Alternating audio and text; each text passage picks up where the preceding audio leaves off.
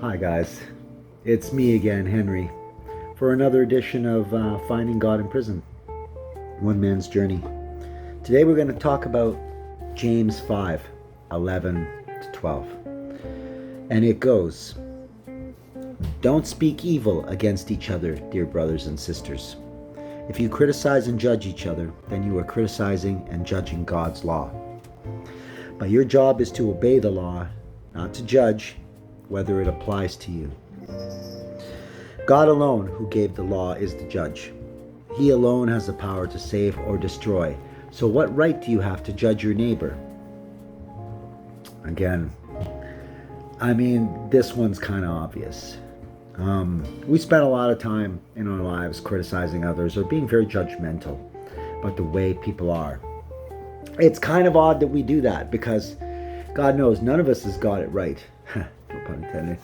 None of us has got it right. We are all fumbling in one way or another. I always found really judgmental people to be hilarious, because if you look deep, a lot of them have much bigger flaws than the ones they're criticizing in other people. And what right do we have to do that? What right do we have to judge other people based on their actions? We don't know each other's stories. We don't know what we are struggling with, what other people are struggling with. They don't know what we're struggling with. It's just a good practice altogether. Any way you look at it, focusing on God's law, which is some basic principles to live a happy and fulfilling life where no one else gets hurt. These are the things we should be focusing on. And we don't understand how far somebody's gone on their journey and what's caused them to either veer off or that they might be doing some good in a covert way that we can't quite understand. So that time that we spend judging, it's kind of time well wasted. We don't have a lot of time here. We need to be focusing on what's important, which is bringing our gifts to the table. Because who are we to criticize the gifts that other people bring? Have you been to a party before where it was a birthday party and you're looking at other people's gifts that they brought and you're second guessing the one you brought? Or whether you brought a really flashy gift and you can't wait. Part of you has that secret desire or relishing in the fact that other people are looking on your gift with envy, Don't judge other people's gifts. They all have their own,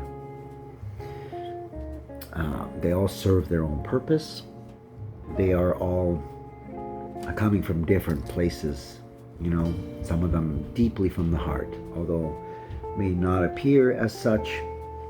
Here we are playing judge when none of us are qualified except God. There's something to be said about an omnipotent presence, right? That can see future, past. That can have the best view over all to kind of see intent, see purpose, see progress. We're not in that position. We don't have those qualifications. Anyway, I'm beating a dead horse. You know what I'm saying. We're not here to judge other people. We don't really have the right to do that. So be kind to other people. Don't speak evil against each other. If you criticize and judge each other, then you're criticizing and judging God's law, because God's law involves all of our different paths along the way. And who are we to criticize that? Who are we to say which path is the right way and who should take what? We're not here for that. We're here to fine-tune and hone our path, because ultimately we're not responsible for what other people bring to the table. Guess who we're responsible for? Thank you for being here, guys. Once again, this has been James 5:11 to 12, and we'll see you guys on the next passage I choose from this good old book right here. All right. Have a great morning.